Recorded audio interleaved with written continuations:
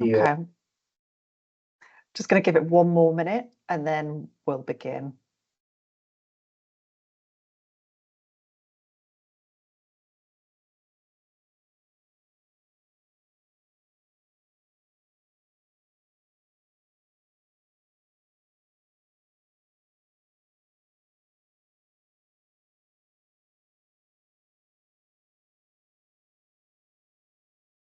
Great. Right, I might as well kick off. I think a few people will still be coming in, but yeah, they can join a little bit later on.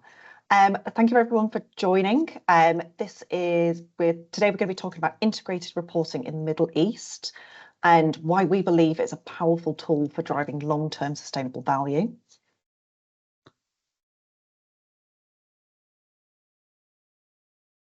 Sorry, just letting a few more people in.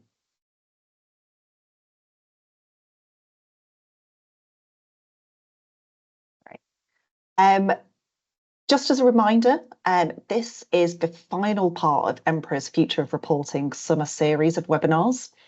The UK team have done four great webinars already on looking at integrated, data-driven and tech-enabled reporting, what digital-first reporting journeys look like, audience-centric and accessible communications, and the future of small cap and AIM reporting.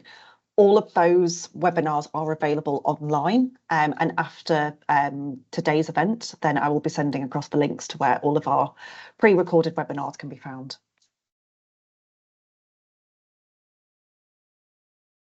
So just a little bit of housekeeping, a few housekeeping rules. So just to let you know, the event is being recorded. Please mute mics when not speaking. We will be taking questions and answers at the end of the session. And a recording of the event will be made available, which I've already said at the end of today's session. And we'll also, if anyone's interested in the slides at all, then, please get in touch and we can send those over. So just a really quick introduction of ourselves and people who are speaking today. So it is myself, I'm Danielle Bastaki. I'm a senior sustainability consultant. I'm based out of the Middle East office. I've got over 15 years of experience working both in-house as a sustainability manager and as a consultant as well. And we've also got Leon Milligan speaking today. He goes between our Dubai office and our London office, but he brings 25 years of experience in corporate reporting and has helped hundreds of listed and private companies globally to improve their approach to reporting. So in today's webinar, we're going to be looking at three key areas. So there's a lot of, I suppose, speak and buzzwords around integrated reporting at the moment, particularly in the region. So we're really going to be pulling it apart and looking at what is integrated reporting, how are companies approaching integrated reporting, and how can integrated reporting principles be applied. I'm going to pass over to Leon, who's going to do a bit of an introduction of who are Emperor, in particular who are Emperor in the Middle East, and he'll be taking us through the first part of what is integrated reporting. Thanks, Danielle. Before we get into this, interesting and exciting topic, just a few words on Emperor Middle East. As a wider company, we've been operating in the reporting space for over 28 years, and with the UK's leading agency. In the Middle East, we've been active for 16 years, and we've had offices on the ground here now for over 8 years, serving many of the region's largest companies listed on DFM and ADX and on the Saudi Exchange as well. In addition to the reporting work that we do, we have a broader range of services. The majority of the work starts in reporting, but not always. But then we often are working directly on specific sustainability mandates, digital work, capital markets days, presentations, employee experience, brand, and moving image as well. So there's a whole range of creative services that we offer to both our sort of international and Middle East clients. So I've got the interesting challenge of explaining what integrated reporting is. There's obviously very many interpretations of this. I think before I get into that difficult topic, just let's think about what's driving this future direction of reporting. So there's no doubt that the general public around the globe are far more interested today than ever they have been in how companies act and perform with regards to their societal and environmental impacts. There's a greater range of audiences that companies are speaking to on a greater range of topics, which is helping to drive this. And the depth of the information that is expected of companies to provide in their reporting communications, both from a financial and non-financial perspective, is ever increasing. There's an increasing range of new technologies available to companies, both in terms of collecting the data and managing the data, and also in terms of externally communicating their information as well. And as we know, there have been increasing regulations in the region and best practice guidelines, and we will in the near future be required to report on the basis of IFRS S1 and S2, which has been created by the ISSB. So what is it that we're talking about? If we go all the way back to the beginning of when the term was first coined, it was really about demonstrating integrated thinking and enabling companies to think about how they can bring together all of the information that's related to their strategy, governance, performance, and future prospects in a way that captures more than just the financial performance, but also the environmental and social context. In short, we like to refer to it as value creation beyond short-term financial performance, because it is there is still a connection to financial performance, but it's perhaps of a more long-term nature. The way that this has started out over the years is through the colloquially named octopus model, which many companies use as a framework to represent their business model. But essentially, it was conceived to encourage companies to think about this broader value creation perspective around the 6 capitals, looking at it from an input perspective and how the 6 capitals feed into what actually is their business model, and then the outcomes of having fed those capitals into the business model and kind of the value that is either being created, preserved, or eroded as a result of the business being in operation. It wasn't intended that this was a schematic that should be followed as a representation of a company's business model, but it's something that has often been done as an easy way to think through how you can start to articulate value creation through the 6 capitals. In addition to this value creation lens, we now have the more specific sort of lens around sustainability related disclosures in financial reporting. So this is where we're starting to connect the financials and the non-financials together, and in some degree this has caused a bit of misunderstanding as to what integrated reporting means. It isn't intended to be that you have a whole range of different sustainability metrics and measures that are not connected to the financials. It is intended that they do connect over the long term and represent financial value in the long term. And as a result of this, the ISSB has launched the IFRS sustainability standards, and the expectation is that they will be delivered through the same document and through and to the same timescales but that there is additional sustainability reporting that will be made available to other audiences beyond the investor audience that this part is specifically aimed at. Just a little bit of background as to where this has come from.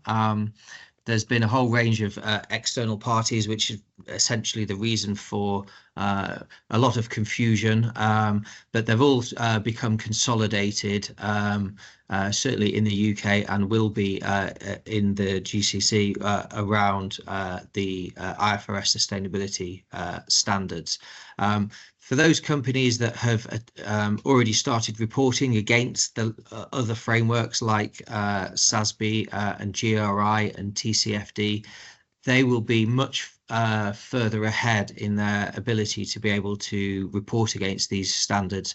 So whilst these standards are not yet required, and many of these other frameworks were voluntary, it is sensible to be thinking about how to report against these other frameworks and these new standards in advance of them becoming a requirement. Because as we know in the region, we may find that suddenly we're told that we need to do it, and we haven't got much sort of forward visibility of that. And so getting started on your thinking is sensible to do so now.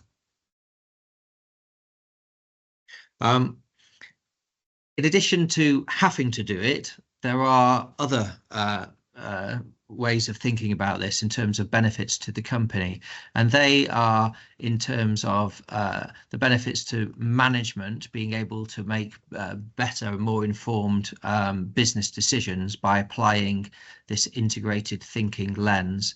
And then also with the external communication of integrated reporting, it's apparent that companies will have a greater access to capital, and investors will be more willing to engage and invest in businesses that are reporting to these sort of internationally renowned standards. So there are truly real benefits to doing it, and it's not just a do it because you have to perspective. So what actually is it? Where we are today, by and large, because of the local regulations, is that we typically see a separate annual report and a separate sustainability report being badged together under the heading of an integrated report. But to our mind, that's not truly what an integrated report is. That's more of a consolidated report where the requirements are still disparate and kind of not connected. An integrated report for us is one where all the key material information that is communicated by a company to its audiences considers the lens of sustainability and captures it as and where appropriate throughout the report. So, for example, things like the risks section having a comprehensive climate risk component, the market section having a comprehensive sustainability lens to it, and the business model demonstrating how businesses have considered sustainability. But that's not to say that necessarily an integrated reporting means a singular integrated report. There are examples in the region of companies producing an integrated report that contains a summary of sustainability information which is considered appropriate for the investor audience, and that's all delivered through the integrated report. But there are other requirements of other audiences that are met through a separate sustainability report that goes further into the material topics which are sort of lightly discussed in the integrated report. And in addition to that, many companies are starting to provide data books and Excel downloadable information for data to be able to be analysed by the audiences in ways, in an easier way to do for the audience involved. But we think it goes even further than that, in that we really, we think that there's a multi-dimensional kind of aspect to this, where if you're thinking about integrated reporting at the fullest level, you're considering internal and external information. So management information within the business, what gets reported to the board, how you communicate to investors and stakeholders through through your presentations and capital markets days on this information. Then providing very specific regulatory reports, and all of this all being wrapped up in online and digital integrated reporting, which is the most readily accessible form for the audiences to receive this information. So it's much deeper than thinking about there being one single document that is all-encompassing. That's not necessarily always the best approach because of the different audiences involved and the requirement to think about it from an internal perspective as well as from an external perspective.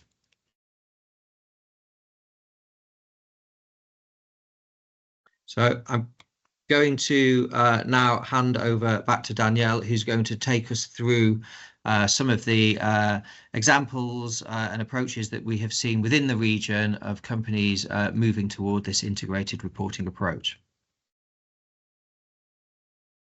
Great, thank you, Leon. So we've looked at what is integrated reporting. As Leon said, we're now looking at how are companies approaching integrated reporting. So we have conducted a analysis and assessment, done some research on how companies across the UAE and Saudi are approaching integrated reporting. And while still in its infancy for most companies, there are many great examples of how more established companies are applying the principles of integrated thinking. In total, we've reviewed 34 companies across 3 different exchanges. So we looked at ADX, DFM and Dudool. And honestly, the companies were picked at random because we wanted a representation of a range of sectors and also market value. So the next 2 sections that we're going to be looking at is what the building blocks of integrated reporting are. So the Integrated Reporting Council has the Integrated Reporting Framework, which lays down the 7 guiding principles and 8 content elements that govern the overall report. So I'm now going to take you through each of these 15 fundamental concepts to outline what each one means and demonstrate through best practice how it can be applied. We've also added in some insights from our research to show how advanced or not so advanced reporting of certain elements are within the region. So to start off with the 7 guiding principles as defined by the Integrated Reporting Framework, and we'll look at how these can kind of shape your disclosures for maximum impact. So guiding principle 1, strategic focus. An integrated report should provide insight into the organisation's strategy and how that relates to its ability to create value in the short, medium and long term. How can you achieve this? You can consider creating a model that demonstrates how your inputs create impactful outputs across the 6 capitals. So those are the ones that Leon mentioned earlier. So you're looking at financial, operational, social capitals. And where corporate and sustainability strategies remain separate, consider how best to make the connections between them. A couple of good examples. So we've got Emaar Properties. They take us a really interesting approach. It's within their scope of a report, so kind of at the very front, page 2 of their report. And they use the integrated thinking principles to almost content index where information throughout their integrated report could be found. Aramex have taken a slightly different approach. They have their value creation model. And this looks at the inputs and outputs and impact for each of those 6 capitals. From our research, we found that 38% include sustainability as the main part of their corporate strategy. So I think that shows that even though a lot of people are producing integrated reports, there's still quite a lot of work to be done to be ensuring that sustainability in particular is integrated into an overall corporate strategy and not as a separate sustainability strategy. So guiding principle 2, integrated reporting should show a holistic picture of a combination, interrelatedness and dependencies of a company's performance. How can this be achieved? So using different communications channels to allow the content in the integrated report to be kept concise while still being able to tell a story in a compelling way across other reports online. A really nice example of this is Emirates NBD. Really simple to do, but on their investor relations page in their reports on their website, you can find all of their reports, their integrated annual report, their director's report, their financial statements, their TCFD report, and their ESG report. And their theme and approach and look and feel is the same across the majority of these reports. From our research, we found that 29% of companies produce a separate sustainability report that expands upon the sustainability information in the integrated report in a consistent way. So this goes back to Leon's integrated reporting pathway, to kind of not just a sustainability summary within an integrated report, but actually having an integrated report which has a much more holistic picture of the material matters across all financial and non-financial information, and then being able to have a sustainability report that goes into, you know, being able to showcase those case studies and bring your story to life a little bit more. And it is worth labouring the point here that developing a reporting suite is often the best and most efficient way to provide the information desired by different audiences. But the importance of making all of that information easily identifiable and accessible through the website it needs to be considered as part of that. You know, if you do have multiple different documents and communication pieces that you produce, but you can't find the sustainability report next to the annual report or next to the integrated report, or if you can't find a TCFD statement or climate report next to your annual report, many audiences, particularly some of the ratings agencies, will mark you down simply because they can't find the work that you have done. So it's incredibly upsetting when you put all the time and effort into producing a great depth of information and you don't get the accolades for having done so, because simply because people can't find it on your website. So that is something for companies in the region to consider more fully, I think. Yeah, that's a really good point. Thanks, Leon. So moving forward on to guiding principle 3. So this is looking at stakeholder relationships. So an integrated report should look to provide insight into the nature and quality of an organisation's relationships with its key stakeholders, including how and to what extent you understand and respond to their needs as well. For UK reporters, this is a Section 172 style report, but obviously with less regulation in the region, it's less. We see less of them within the region. So really nice example of a stakeholder engagement is Etisalat or EAND. They implement a stakeholder-led approach to reporting that showcases how stakeholder outcomes are considered, and they also then illustrate the value that then creates for each stakeholder group. From our research, we found that 62% of the reports address how they engage stakeholders. So whilst it's not regulated, it is an approach that a lot of the companies that we found, you know, they do see the value in being able to look at stakeholder engagement in a much more in-depth way. Guiding principle 4 looks at materiality. So I suppose the buzzword of across all regulations at the moment, across globally, I would say, is materiality and what are sustainability related materiality issues and what they mean to you. 80% of our research sample had conducted a materiality assessment to assess their most relevant sustainability related issues. But I think to provide a bit more kind of richness to your report, being able to take that materiality assessment and being able to shape it into a strategy, and being able to define how you then progress kind of like your reporting and performance moving forwards. ADNOC Drilling have done quite a nice job of this. They use the ADNOC Group's strategic sustainability pillars, but what they have done is take their materiality topics and map those to the pillars to be making sure that they're addressing the material issues that are relevant to them. Because obviously all of group's material issues will not be all relevant for ADNOC, and there may be some that are missed or added. So ADNOC Drilling do have this as part of their sustainability summary within their report. And what can you do about this? So conduct an in-depth materiality assessment, and ideally use those materiality findings to develop an intuitive structure for reporting.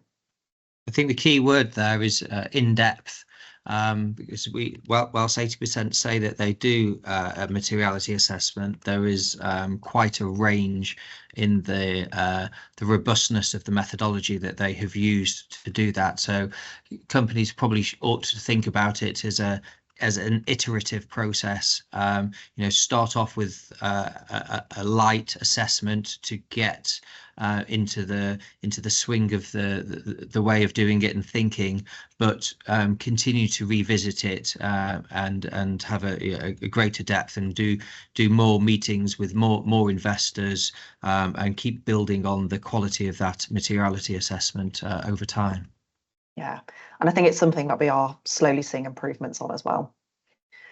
So guiding principle 5 looks at conciseness, and we've been looking at kind of how you can use different communications channels to make different complex information more digestible for different readers. So from our research, we found that 7 companies have an online annual report or other forms of digital reporting, so videos. And this can be used other media can be used to support a more effective storytelling. And we are seeing more and more online annual reports, though they are becoming a lot more popular, especially as we move to a much more digital era. And a really nice example is Mobily, a Saudi company. They use infographics to basically bring together their sustainability framework, and they use video quite effectively throughout their website as well, so taking different stakeholder audiences to different parts of their report depending on what they're interested in at the time. So guiding principle 6 is reliability. So an integrated report should include all material matters, both positive and negative, in a balanced way. So how can this be achieved? And that's by bringing non-financial or operational highlights or sustainability highlights to the front of the report. So placing it beside your financial highlights shows that you are providing a balanced view of both your financial and non-financial performance to the person who kind of wants just a very quick snapshot of your performance. We found that 32% of our research sample have included non-financial KPIs up front in the kind of, the at a glance section in the strategic report. So there is, I suppose, some quick wins for companies to be kind of showing that they are thinking about non-financial performance in a bit more of a holistic way by thinking about bringing those operational highlights a bit more upfront. And then again, as I said, for that more snapshot reader who wants just a very quick view of your performance. And finally, guiding principle 7 is comparability. So information needs to be presented in a way that enables comparison with other organisations and ensures transparency. So how can this be achieved? Predominantly through the use of data tables that disclose year-on-year data, and they're a really simple way to demonstrate progress against targets over time. A couple of really good examples. So Emirates Group, they've got a lot of sustainability performance tables within their integrated report. I have also included an out of region example, but everybody knows of Coca-Cola. They almost do the same, but it's just to show you an example of how someone's done it a little bit more visually.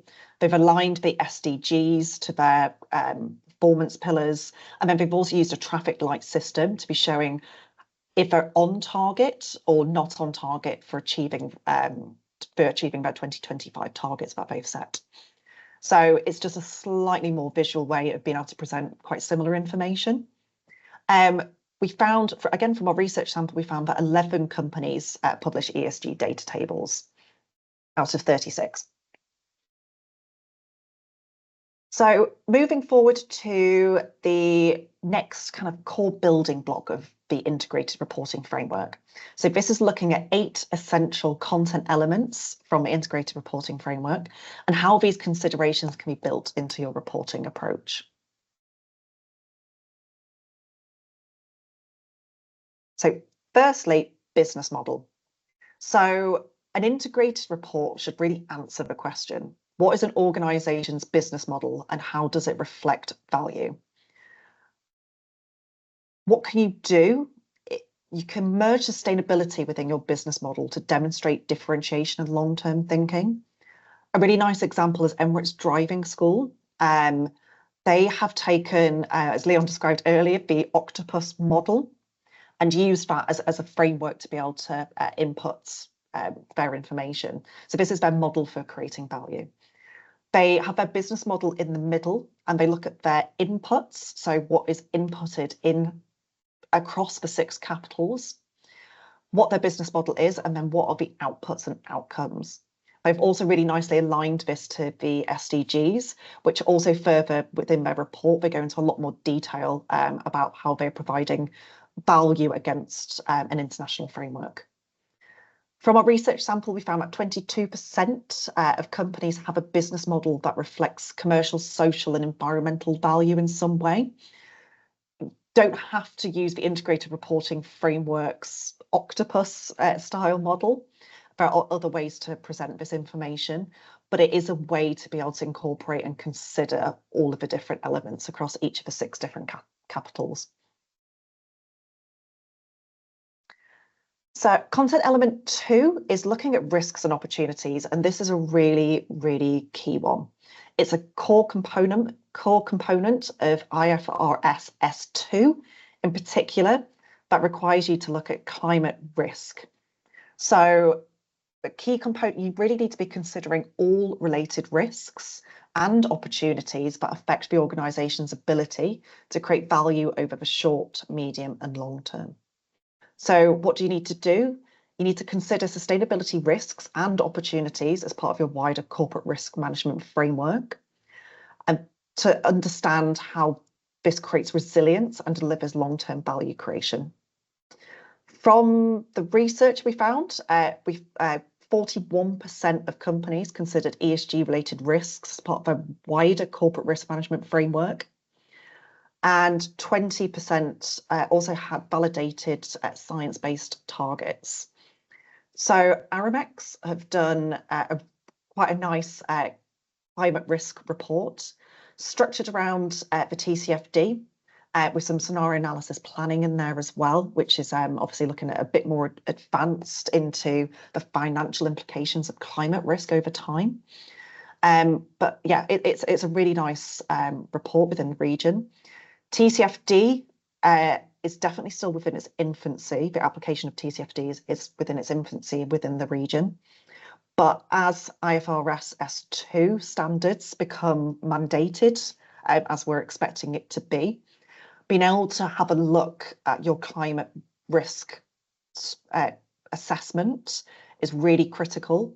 How that's managed through your governance mechanisms within your business, what your strategy is for mitigating and improving resilience, and how you're measuring performance as well. So I'd say risk and opportunities is one to really consider thinking about over the next 12 months. It's interesting because in the region there isn't technically a requirement to disclose externally your risk register and how you mitigate against risks on a broader corporate level. And it may well be that there becomes a requirement to do so on the environmental side before you are required to do so from a strategic or operational or financial perspective. So I think certainly as a first step, companies to be thinking about integrated reporting should be thinking about the fuller, broader set of risks that they have as a business and communicating on them on a base level at least, and then start to expand upon the climate risk side of things. Yeah, exactly. And as climate risk reporting is becoming much more developed and advanced in Europe in particular, the UK, even it's coming into kind of American legislation as well. It is the expectation of the international investor audience to be able to understand what your climate risk strategy is. So moving forward, so content element 3, it looks at strategy and resource. So an integrated report should really answer the question, where does the organisation want to go and how does it intend to get there? So we've interpreted this in a way that how a forward-looking strategy can anticipate future trends to stay innovative and competitive. TCOM have done quite a nice review, like a future market trends review within their integrated report.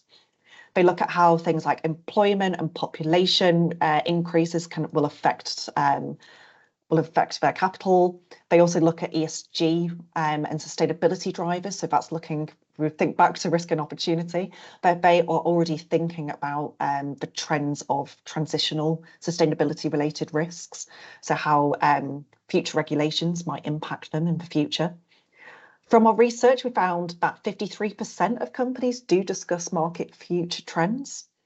But there is obviously still, that's nearly half of the companies that we reviewed don't really have that future looking approach to their reporting and more predominantly focus on what's happened within the year.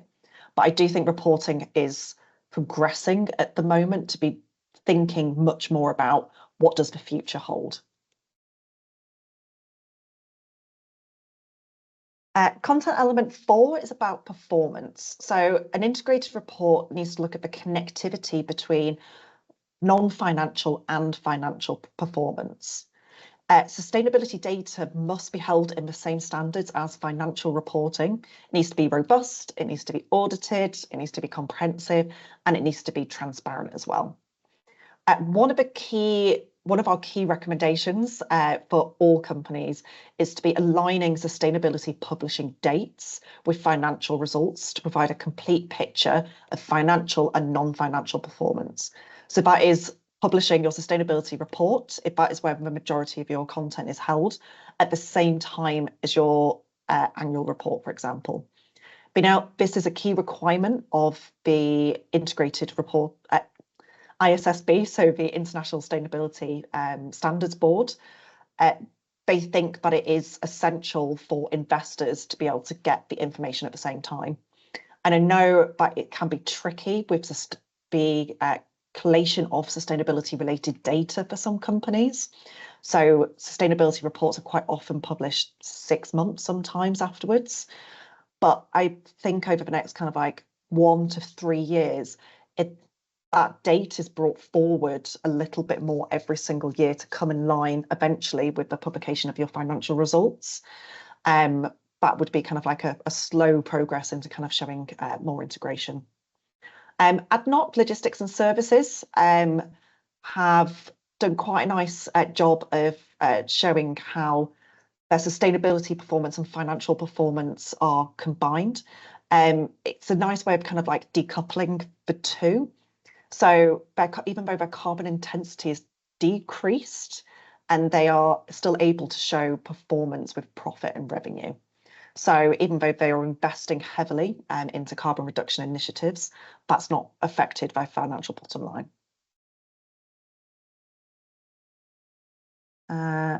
So content element 5 is governance remuneration.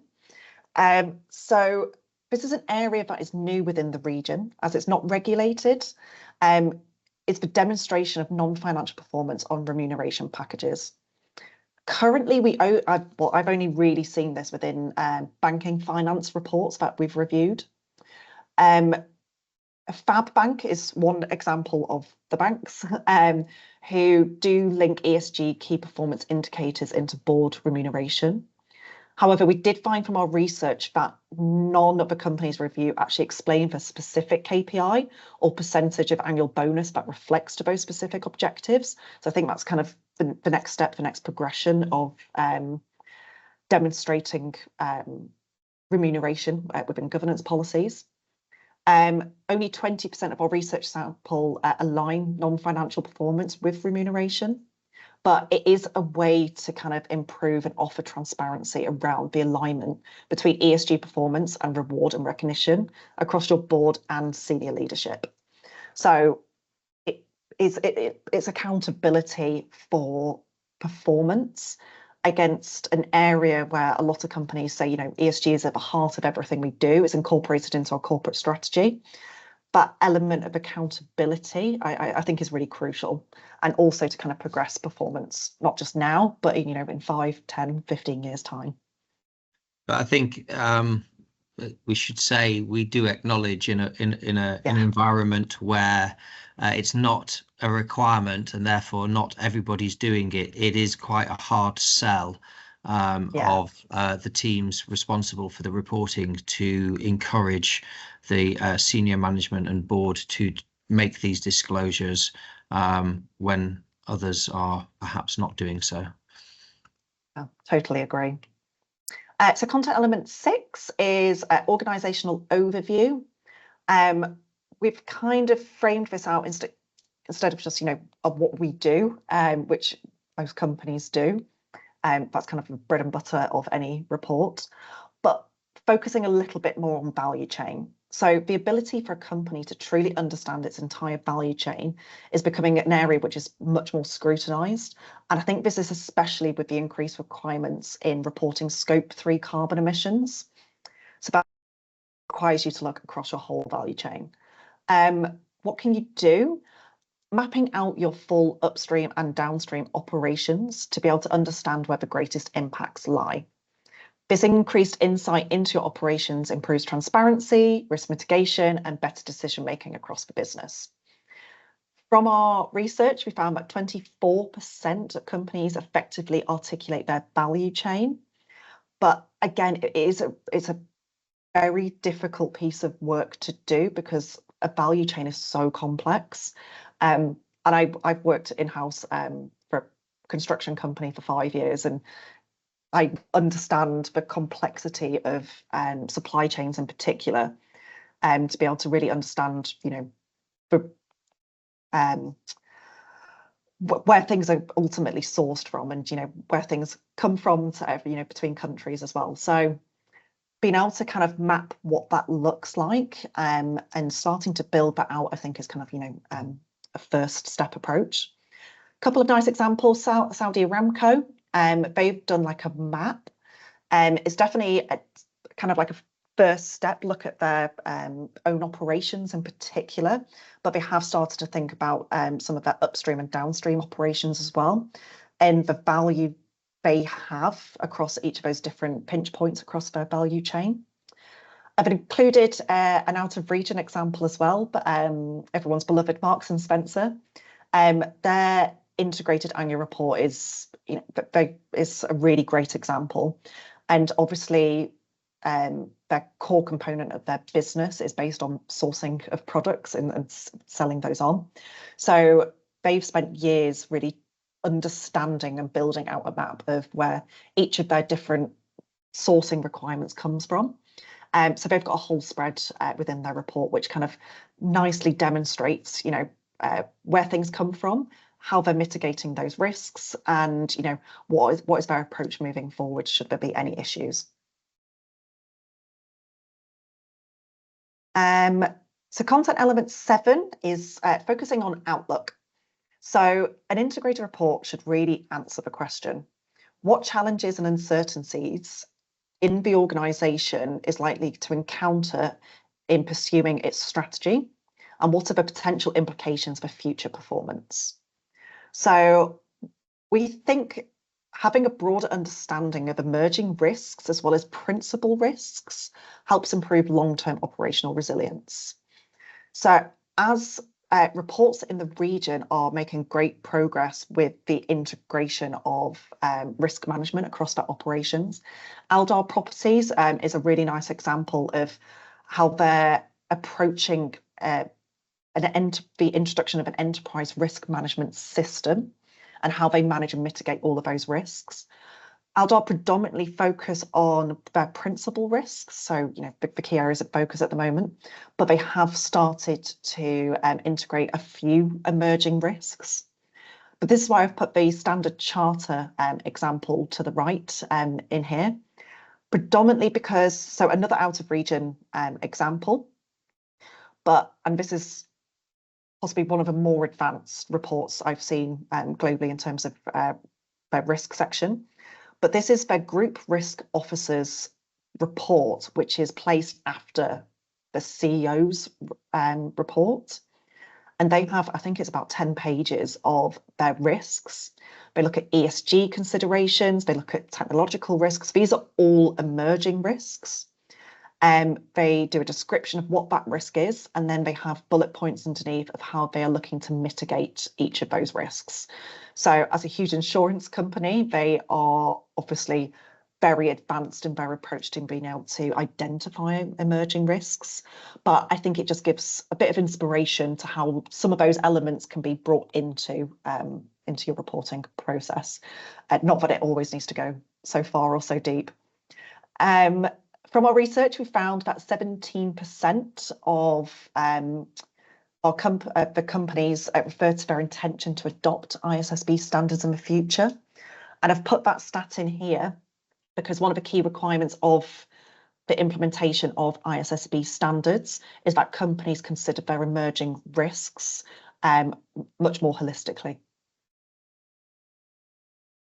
And finally, so the 8th content element is looking at alignment and preparation. So whilst the integrated reporting framework defines this content element as how does the organisation determine what matters to include in the integrated report, we've actually decided to focus this area on the importance of defining a purpose. A strong purpose strengthens credibility with customers, investors, employees and communities, whilst differentiating and allowing you to stand out in a competitive market. So what can you do? You can look to define your purpose and use this theme to create a more compelling narrative that drives key messages across multiple communications channels. So now I'm going to pass over to Leon to wrap up. Thanks, Danielle. We've just got one more slide for you where we just take you through 5 key points to think about in terms of applying these integrated principles to your future reporting. The first one was the last one Danielle just mentioned, so defining your purpose. Your purpose ought to be tied up in communicating that your business is about more than financial return for shareholders. It's demonstrating a wider value creation for a broader set of stakeholders. But that, trying to arrive at the answer isn't as easy as one might think, and it requires a multi-party effort across the business to get that right. But once you've got it right, it's something that everybody can stand behind and get on board with, and it can serve as the keystone to your overarching communications and strategic approach. The next step is to really start to build upon the materiality assessment that you have done. Double materiality is the way to go, and it's incredibly involved. So it's something that you would need to start early before you think about it having an impact in your external reporting. The third point is around the risk assessment of your climate impact, and this is going to be essential for for S2, and therefore, again, there'll be a lot of work being done under the bonnet long before people see what the information, before it gets provided externally. But that's definitely something that we think should be considered. And then the fourth point is to make sure that the data, the non-financial data, is as robust and sort of assured to the same sort of standards as financial data, to the best of your ability to do so. And then the fifth point is back to where I started, really, about our view of integrated reporting, in that it's not all about producing a singular document. It's about thinking about a suite of corporate communications that serve the variety of needs of a variety of different audiences, and making sure that you present that information in a way that is easy to follow, doesn't overwhelm the audience with information that's not pertinent to their own needs, and it's also all very readily accessible via the website, so that people can find that information quickly. And that's it for our session today. Thank you for listening. We've got a few minutes left if anybody would like to ask us any questions around what we've discussed today, or any other thoughts related to integrated reporting. So we will wait to see if anyone's brave enough to raise their hand and ask a question.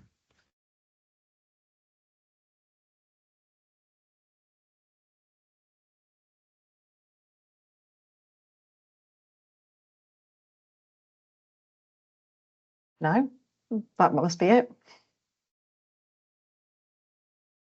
Gone.